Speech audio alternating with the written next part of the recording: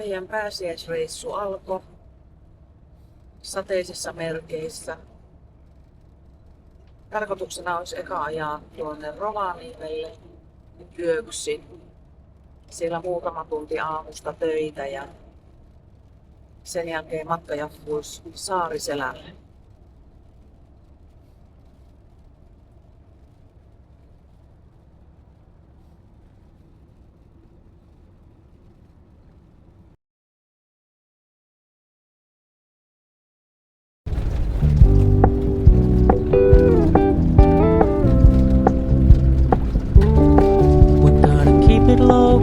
Keep it softly spoken, with no strings tying you to me.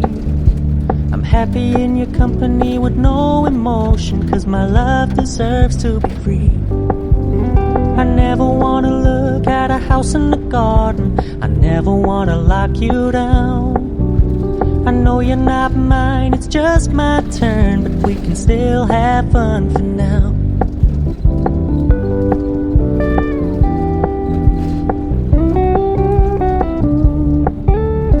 Told me you don't really do commitment, trust me, consider your message received. When you said you couldn't take us too seriously, I must admit I was relieved. 'Cause I never wanna play happy families with you, but I like having you around. I'm fully aware this is a flash in the pan, but we can still.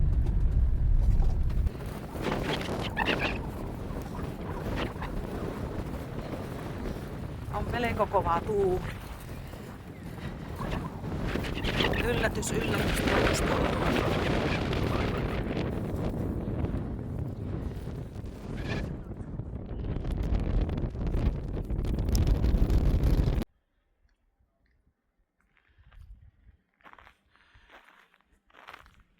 Ukkoluoston huipulle olisi tarkoitus tänään kävellä.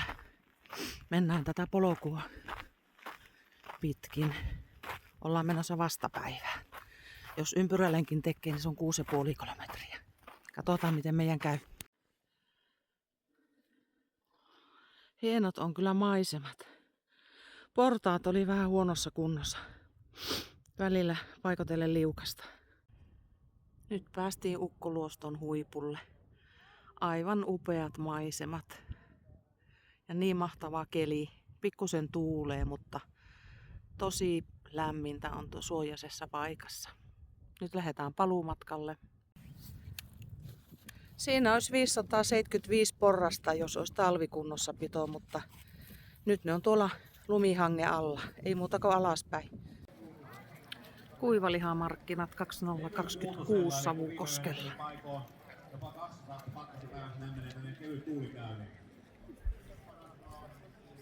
Oksi. Pienet poroajelut. Oi, kato, se tulee viereen. Joo.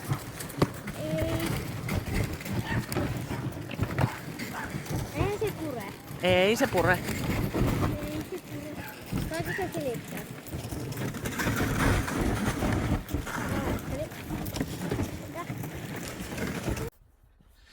Tämän pääsiäisen ja reissun viimeiset päivät vietetäänkin sitten täällä mökillä. Ja ilma on suosinut meitä kyllä, pois lukien keskiviikkoa lähtöpäivää, kun oli sadepäivä, mutta muuten ollut kyllä loistavat pääsiäiskelit. Ja tämän päivän ohjelmassa olisi auringosta nautiskelua ja näistä maisemista nautiskelua ja ehkä me paistetaan makkarakki tuossa.